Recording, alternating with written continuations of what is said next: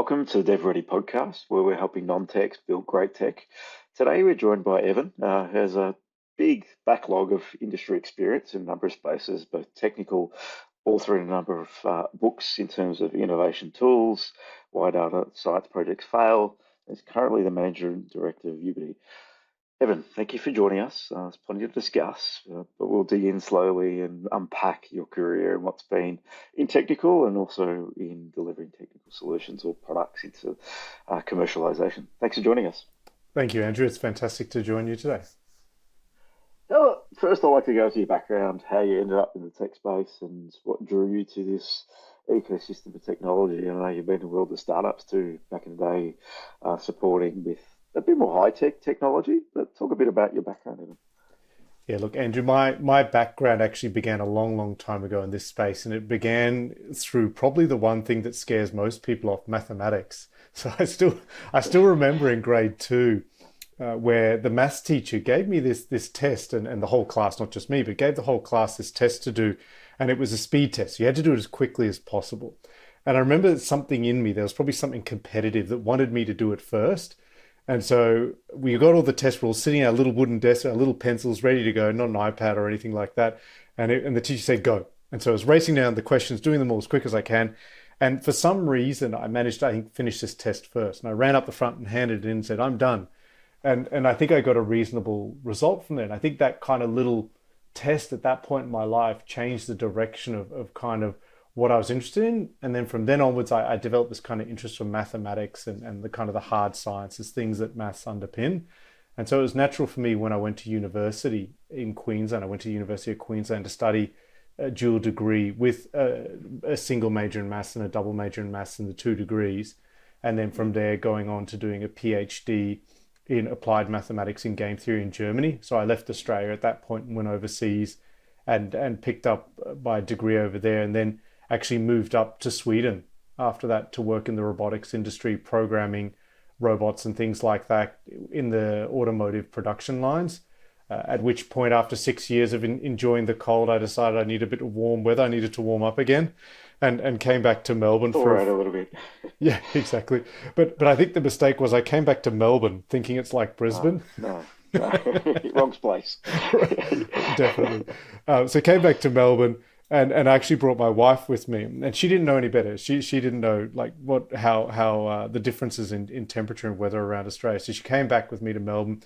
We're there for 4 years. Got heavily involved in the startup space, especially leaning on the technical knowledge that I'd learned overseas and all the programming in C++ and all the other things, and really just working in that space. But having one foot on the commercial side as well, and starting to explore like how do we commercialize some of these technologies. And after about 4 years in Melbourne, I moved up to Brisbane.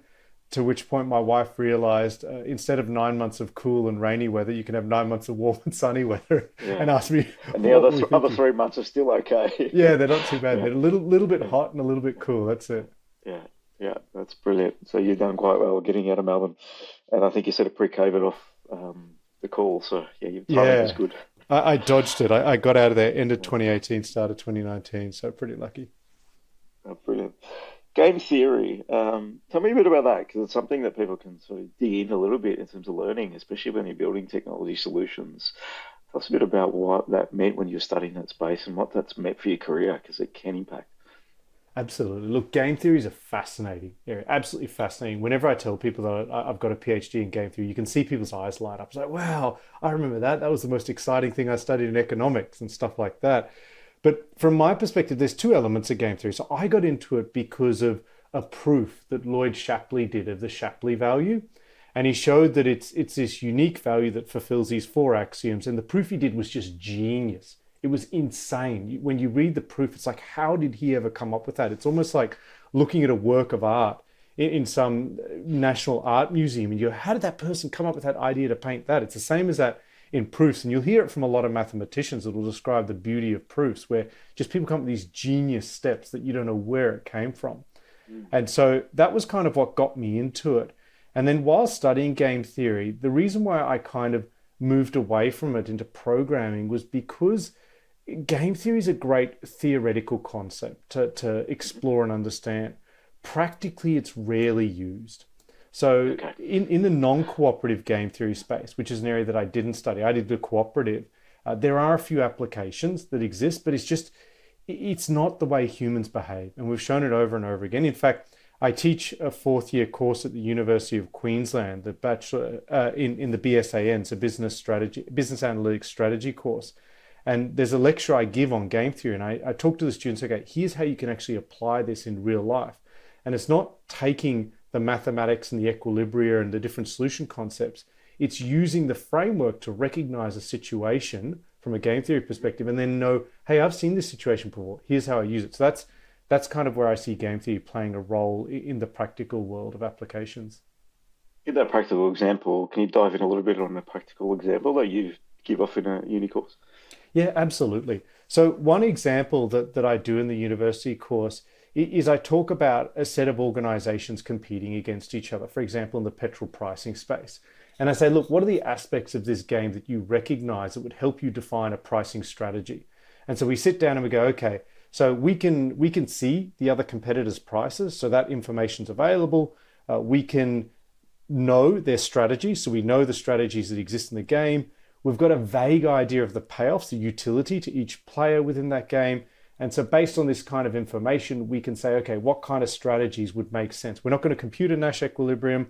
We're not going to do these kind of things, but we can do some basic stuff and talk about dominated strategies and dominant strategies and look at, okay, what are the obvious things you wouldn't do and the things that you would do? And so we kind of unpack at that high level, what are the aspects of this game that we can get a toehold to define a strategy for our pricing as an organization. It's a fascinating space in terms of how you might actually use the theory itself. But yeah, in terms of the startup world, you mentioned offline that you've built some startup products, open source some stuff. Let's unpack that a little bit in terms of how you ended up in startup, because you mentioned a little bit off call that it's more solution focused where you began, and then it sort of come from a customer's perspective as you learned through your career. Where did it all begin in terms of startups for you? So startups for me really began, I would say the genesis is in Sweden, when I was living in Sweden. And Sweden, I was working for an applied research organization like CSIRO, like Australia CSIRO, but I was working for the Fraunhofer Chalmers Center.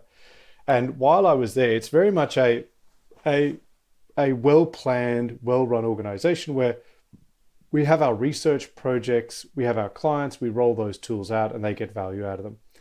And so the pace of it was very enjoyable. It suited me perfectly. I had 3 children in Sweden with my wife, and it was great for a small family, and because the pace was suitable for that. At some point, I went, okay, like I want to start commercializing some of these things that didn't fit the suite of tools that we built in Sweden. And the first one of that was a printable keyboard. So it was a keyboard that you could print out on a sheet of paper.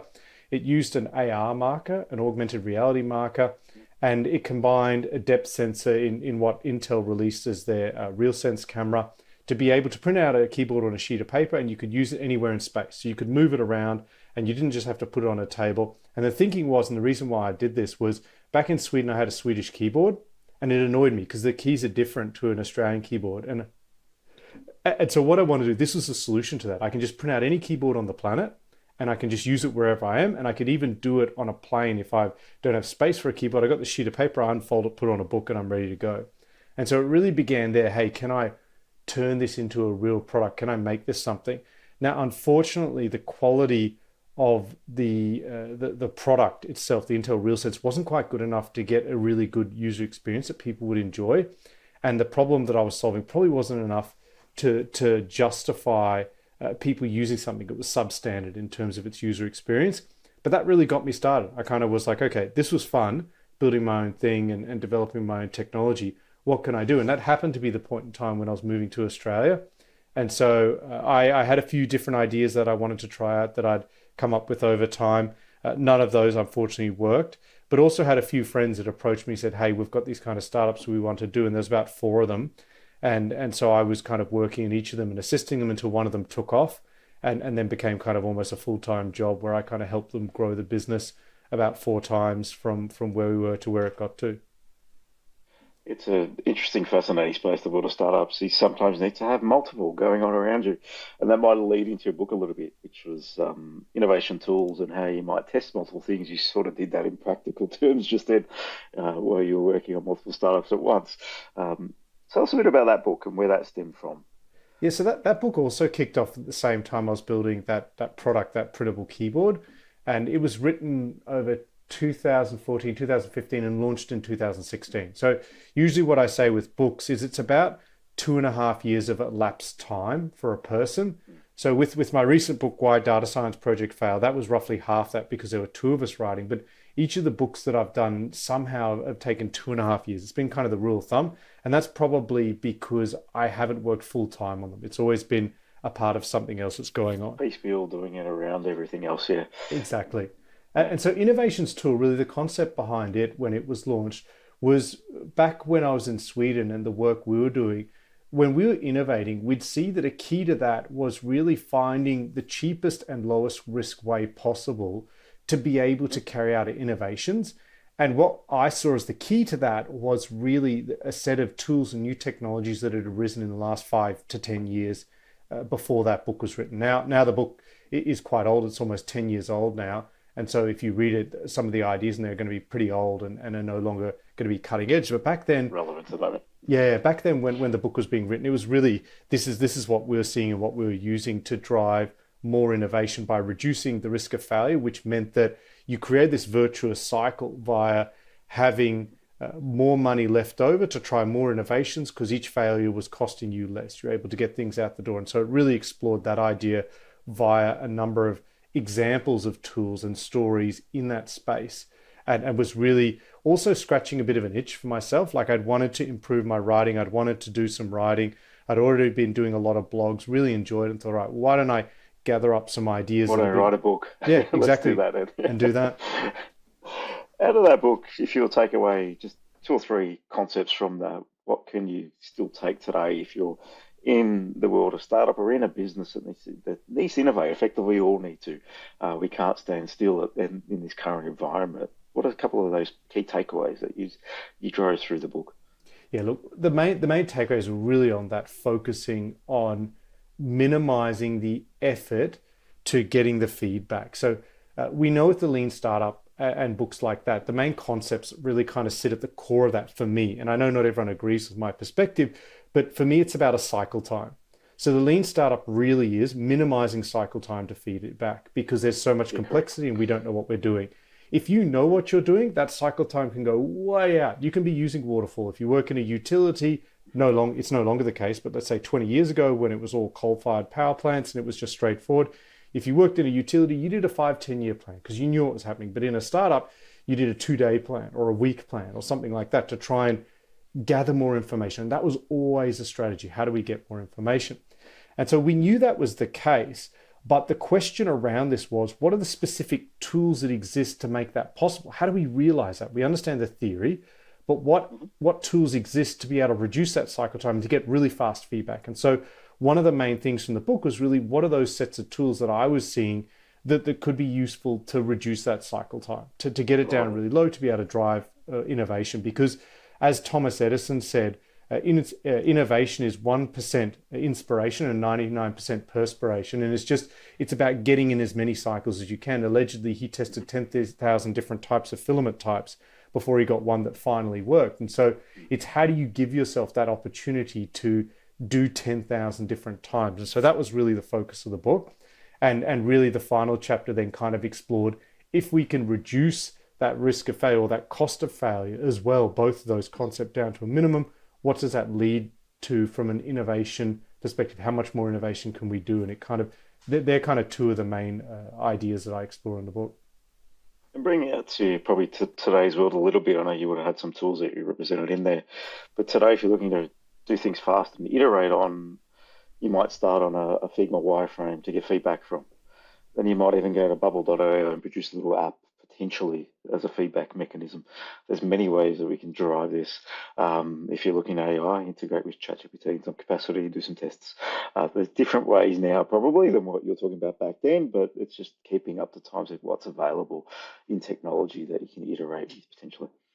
Yeah, exactly. And it depends on the use cases. And back then, the book was Of quite course. general, so it applied across Hmm. a wide variety of areas. It didn't have one specific area always in mind, although some of the tools were specific to some areas. But it was broad. And one of the challenges you've got, however, that also I've discovered in my career, especially in data science, is sometimes a minimum viable product can be the wrong way to begin. So I remember years ago, a colleague of mine. Explain that, Gary. Yeah, Yeah. well, I remember years ago, a colleague of mine was working on this data science tool, right? And this data science tool was built to optimize their forward planning for their organization going forwards. It was a large organization, they were a multi-billion dollar company, and they wanted to better allocate resources and make strategic decisions. And so what they decided to do, because it was going to be a reasonably expensive project, is they wanted to build what you call in this space a minimum viable model. So not just a minimum viable product, but a minimum viable model Interesting. Is that that kind, possible? yeah, the kind of should Yeah. encapsulate the basics of what we want to do here. The problem Okay. was it doesn't work because, Yeah, I don't think it would. You need big data, wouldn't you? Technically, well, yes. no, not for this Yeah. project. You don't need big data Okay. because this Right. project as a planning one, it didn't need fine grain, lots of detail. It needed high level kind of what do we expect demand to be, what do we Got expect it. the constraints on production to be, what do we expect our workforce to look like. So it's not like IoT data or any streaming Mhm. data or click stream data or anything like that. It's not big data at all. And Got it. but the point is it's still an expensive undertaking because you've got to engage lots of stakeholders, you've got to elicit requirements, you've got to get a view of the future, you've got to understand their domain. And by the time you've started to do that, you've invested a lot of money and they want to be sure that will this thing work. So what you do is you try and build this minimum viable model that kind of encapsulates the main ideas and produces an output. The problem is that didn't work. And the reason why it doesn't work is the outputs of the model don't look realistic enough. So the end user looks at it and goes, no, that's not possible. That can't That's not happen. right. Yeah, yeah, of course that can't happen. I know, but this is kind of the first step on the journey. And they go, well, no, it's wrong. And you go, well, but wait a second, work with me here. This is just the first Mm. step on the journey. And they say, well, no, it's wrong. I can't work with you here. And so then you're kind of stuck in this chicken and egg situation. In particular, this project was where the higher ups wouldn't justify more budget until the Mm. people lower down were saying, It look, this actually got to thing's work. realistic. And Yeah, they didn't have absolutely. enough budget to build something realistic because it was a very complex model Yeah. because they wanted to prove that there was value and they couldn't prove there was value because people couldn't justify it. And so it So doesn't in the end, always they had to work. deliver the whole product to Correct. produce value. There was no Correct. value otherwise, Correct. which is it happens in technology, as any technology where you've got a solution, and we talk to customers about minimum viable. Some customers are building end-to-end operating solutions, and if you don't have all the pieces, then it doesn't really deliver much value. Similar thing, if you can't get to an outcome that works, then there's no value. So there's really no minimum there. That's just you need to do the whole product, which becomes a waterfally type exercise. Yes. Yep. Yeah, got it. Absolutely. One thing I want to unpack with you was you worked across multiple startups. Why did one work? Let's dig into that because there's what did you find that separated the one that worked out of the ones that didn't work so much? And what was the piece of learning that you got from that? Was it the you were willing to iterate, evolve fast? Was it just right time, right place? What can you distill from that? Yeah. So from all the startups that I began in Australia, the problem I think with all the ones that failed was it was a technology solution looking for a problem. So, Got because it. of the very technical nature of my background, a PhD in applied maths game theory, 6 years of C++ coding, working in highly technical areas, I was very much of that mindset. Like I had all these technical ideas and I thought, aren't these things great? I was kind of enamored with my own ideas, I guess. And I wanted to test them. I wanted to get them out there. And there's a whole bunch of them. One of them was building an app. So we wanted to build a game. And in the game, what we would do is give the user choices for clothing. So they'd get to dress their avatars however they wanted to. And you'd get to give them options. And the idea of this game was to be able to leverage people's choices to predict fashion trends and to be able to, from a gaming perspective, because they'll dress their character how they really want to. So the right Got it. incentive should be there. And then you can take that data and that data can be used by Jeans West or other big organizations to know what are kind of the things that are trending. They can test ideas on a game platform like that. So that was kind of one of the ideas amongst Idea one. many. Yep. And in all of them, I would say the majority failed because I would come to this industry with this technology solution. They're just like, we don't need that. We use SurveyMonkey. Why do we need this kind of thing, this What? expensive Yeah. app, Okay. and This build this complex thing up? Yeah, Yeah, component. I, 3D I, modeling and rendering of clothing is not that simple. yeah, exactly. And this is all Yeah, a pain. And then no, a couple no, other ones were from the commercial side. The technology was great, but the people who I was partnering with just commercially were making things too complicated. They wanted to be too tricky and grab and not share the benefits with investors, and they wanted to set up these complex structures and all this kind of stuff. And the company that really worked was just the most straightforward. It was in the digital marketing space. And it's a service well, there people you need. You just need this go. service, right? And there's enough demand Yeah, for it yeah, that you can give it a shot. And we kind of had a few ideas around how we'd build some AI products. And I joined the team. There were a couple, so I joined a little bit after the founding. And there are a few people there and kind of work with them to grow it. And because there's just simply demand for that, it's needed. It's not a, hey, here's this idea, will it work, will it won't? It's a known that it's mm. needed. We're able to grow that business quite well.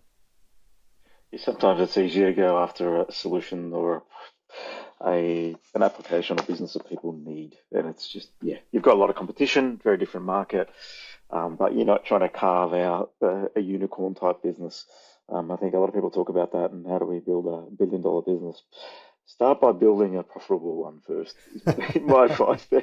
Because the reality is, if you can do that, you're on a good structure where you can actually manage cash flow, manage people, bring in customers, manage customer expectations, and you build good rigor around business, rather than let's go build $1 billion company and burn investor capital and chase money for the next 10 years. And Yeah. some people get lost into that little whirlwind of startup development, really. You can. And one of the things that's really worth mentioning, so in my current company, I've had to raise capital twice. And Yeah, and I notice a big difference. So I spend a lot of time overseas. So most of not over 98% of the business we do in Ubidy is from overseas. It's not doesn't come from Australia. And there's a huge difference in the appetite of investors and attitude of investors in Australia than in other countries. So Australian investors, when they look at you, they'll typically, not all of them, will want to see what's your profit margin, what's your EBITDA, how are you doing as a business, are you healthy? you're a business. You're a Yeah. business that can survive. Exactly to your point. Whereas in America, people who I know over there, and I don't have a lot of experience in the USA, it's more about growth. Do you have a truly disruptive idea? I don't care about profitability. I want to do something that's going to change a whole industry, and I don't Is it growing? care. And I don't care about anything else apart from growth. And can you blow this thing up? Don't show me your profitability because that's the wrong metric. And they'll back and put money behind those things. So if you're in Australia trying to do that kind of thing that you talked about that growth and not worrying about profitability, you will probably struggle here from an investor perspective.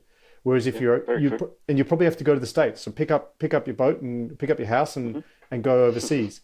Whereas if Yeah, you're wanting to do a good advice traditional, there. yeah, Yeah. if you're wanting to do a traditional business like you said that you just want to get profitable, then you'll be fine here in Australia. There's no need to head overseas. You'll find investors. People will back you here. Mm. That's good feedback in terms of it is difficult to raise capital here. We're around startups all the time, and then yes, investors want to see less risk in this country. Yeah, But yeah, jumping over to the US, even in parts of Asia, are a bit easier. Singapore's of the world where people are a bit more versed into jumping in a bit more high tech or high growth businesses. But it depends what type of business you're trying to achieve. I think you need to know that from the outset, what you're going after, because then that will what investors do you really need on the boat.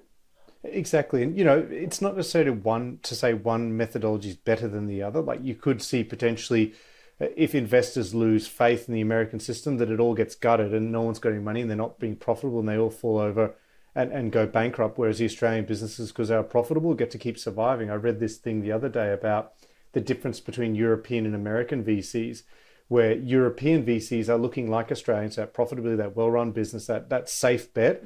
And Yep, American VCs just won't do it. If you've got a safe bet, they won't invest in you. They want the not unicorn. interested. Yeah, They want the big thing. And then they yeah, looked at what are the yeah. number of unicorns in the USA versus Europe. And I think they were able Mm. to point to one or two unicorns in Europe, whereas they were able to Mhm. point to dozens of unicorns in the USA because people are taking these big bets.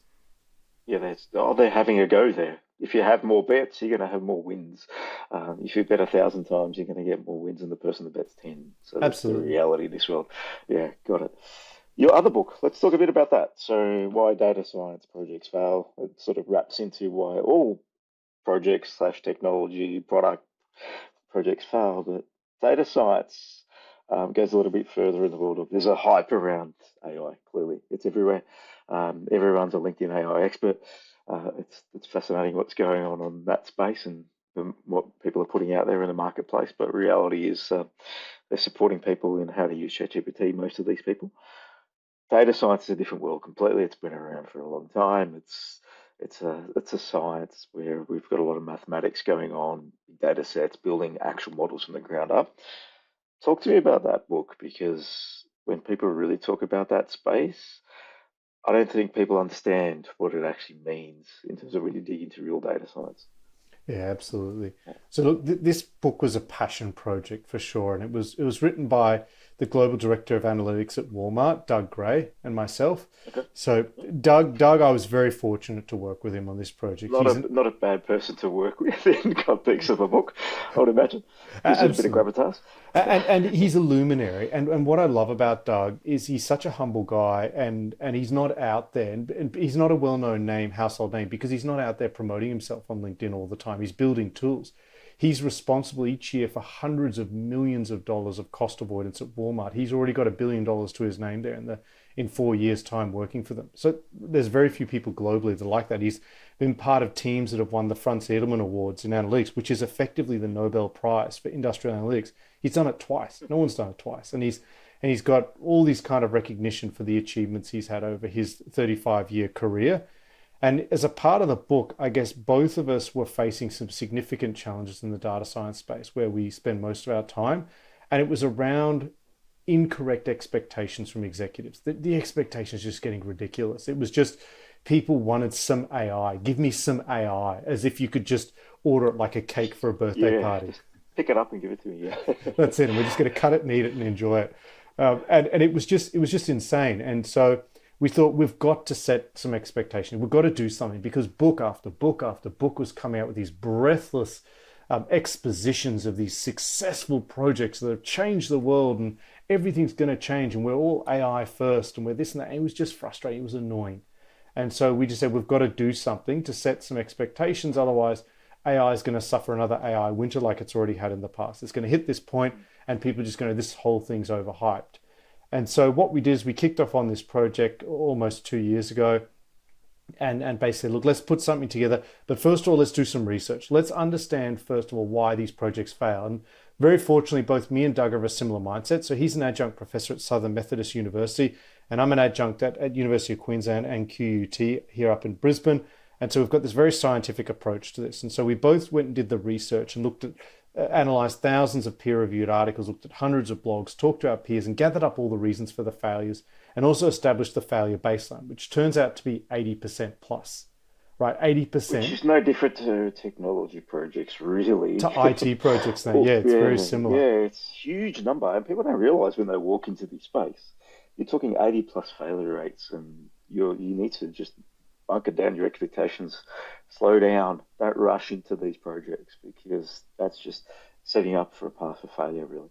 Absolutely. And what we discovered from all that research was not just that it's 80%. I'll unpack that 80% because we weren't happy with that number. We thought that's just too broad brush. Not all companies are the same. Can we say something a bit more differentiated about that? And we do in the book. But what we did is we discovered these like dozens and dozens, over 100 reasons for why these projects fail. And we decided, well, if we just list all these reasons, a reader's just going to go, well, where do I start? That's not Yeah, helpful at it's all. very true. It's a very big list. It is. And so how do Yeah. we cut it down and make it more manageable? So we did a bit of the 80-20 rule, focused on the major reasons why things fail. And then we added stories to everything. So we went Okay. out to our network and we gathered stories. We want to contextualize the whole failure set of reasons by showing people, what does this failure look like in an actual organization? What actually happened here? What's an example of this? And so we tell lots and lots of stories that we had to anonymize from our network. We couldn't actually reveal any names just because, as much as everyone loves to lend their name to a success, very Yeah, few they don't people. like to. Yeah, they don't like to put their hand up. Most people don't. We've been fortunate if people on our podcast come on and share their failures for the betterment of our listeners. But it's few and far between that really want to share that. It's difficult. No, it's a challenge. And so we've got all these stories through about the failures, and what we discover as part of this process is that the failure, 80% failure rate, is not what you think it is. What it turns out to be is there's a real distinction between organizations that, let's say on the one end of the spectrum, are what we call analytically mature, they know what they're doing, and on the other end of the spectrum are analytically immature. And this is a long spectrum. It's not just you're one or the other. There's lots of different things you do to get between those two different things. And what we found is the analytically immature actually don't fail at 80%. They fail at 90 plus. And they're the Yeah, majority of that's companies fair. out there. That's fair. Yeah, that's probably 80% of companies out there, right? It is roughly, If you take the 80-20 rule. exactly, it's about 70 Yeah. to 80%. We got an estimate of that. Of the analytically mature companies, which is about 25%, they typically fail at about a 40% failure rate. And that's how you Yeah, get then your the goal 80% should be overall. a bit more mature there. Yeah, yeah. That should be your first goal. Yeah. Exactly. And that's there's nothing magical with that. Like it's really bringing good processes, not reacting to the hype. It's having leadership that want to deliver AI projects and make decisions based on data, not just on what the color of the sky is that morning when they woke up. And it's about having the right tools in place, having the right people, having, all the things that you know you should have and that you won't have if you're just reacting to the hype. If you've just woken up today and read this AI headline and told your team we need AI, you're not going to have any of this stuff in place. And it requires some strategy and thinking and spending months on Exactly. unpacking that. Where do we invest? Because we've had those conversations with CEOs of businesses that say, "Oh, we need to do some AI." I go, "Yeah, that's well and good, but where's the problem?" You have to go back to what the problem you're trying to solve with, not just let's bring on a piece of technology and hope for the best, because that's where you end up in that 90+% and that immature perspective of just taking on something that you're really not well versed in or don't know how to manage. Exactly. And that was the number one reason why data science projects fails was people just not having a real problem to tackle, like not aligned with the strategy, that kind of just picking anything and doing something. That was the number one reason why they fail. Yeah, we just got to get back to basics. People say it all the time, what problem are you trying to solve? I know it's boring, but the reality is there needs to be some challenge in the way that you're trying to unpack and evolve and make better for everyone in the organization, for customers, whatever it might be.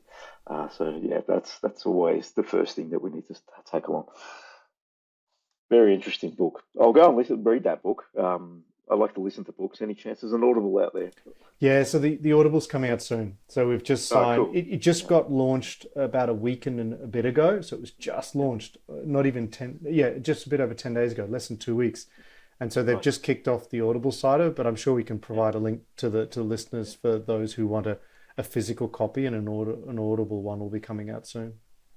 But if you look at data science, there's a lot of learning in that particular area because data science, technology projects, anything, they're all very similar. And I think what you found in terms of maturity would hit the mark with some of the clients we work with that are probably a little bit overawed when trying to manage technology projects when they're not technology people, they're non-technical, and trying to work with technical people. And that's a similar problem that they face.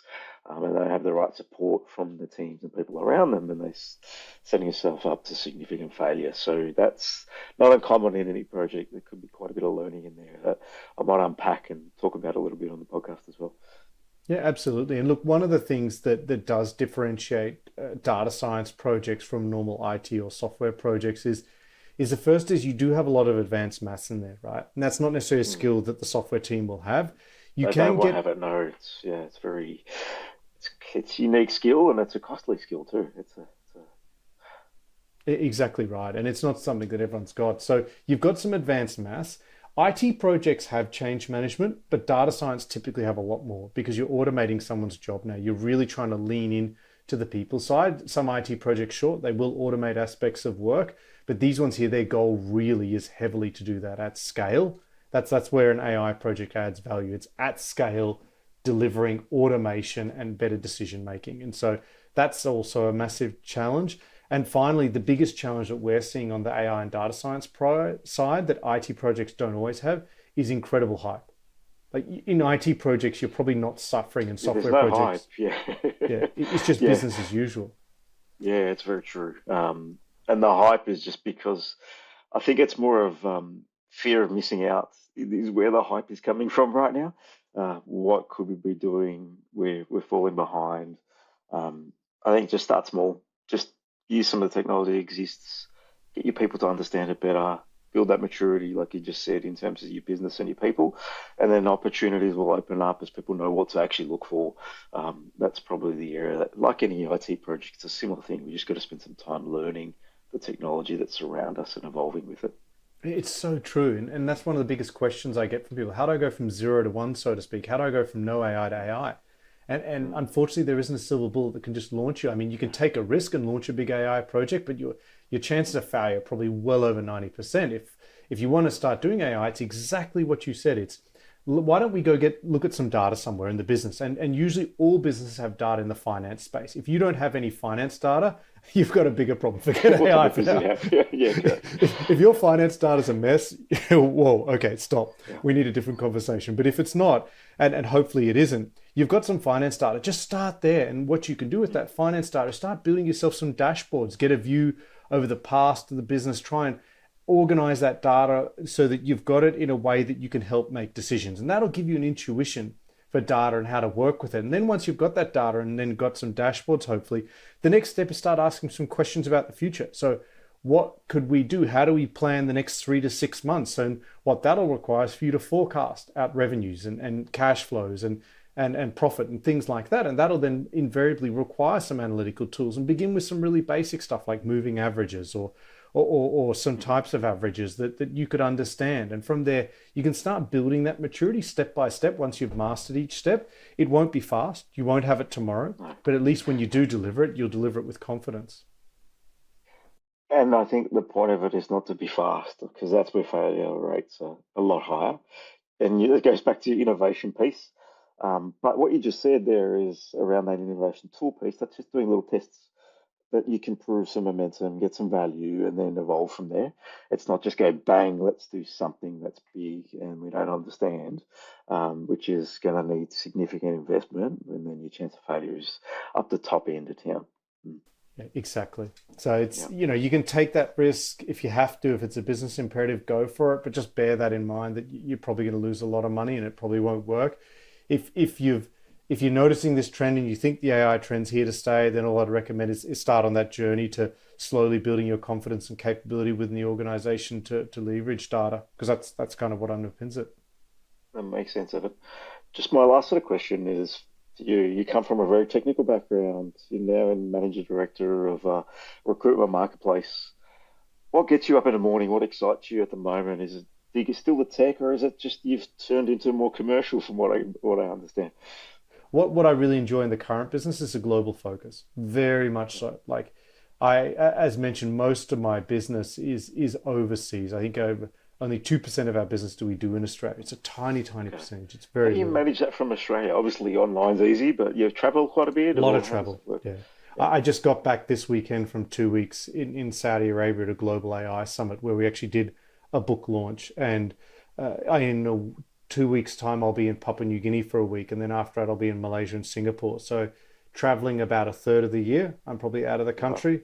But it's something I really enjoy. I really enjoy this exposure to other cultures. I really, really enjoy breaking down prejudices and barriers, in particular in myself. Before I ever traveled to Saudi Arabia, probably like a lot of people, I just would have misunderstood the country.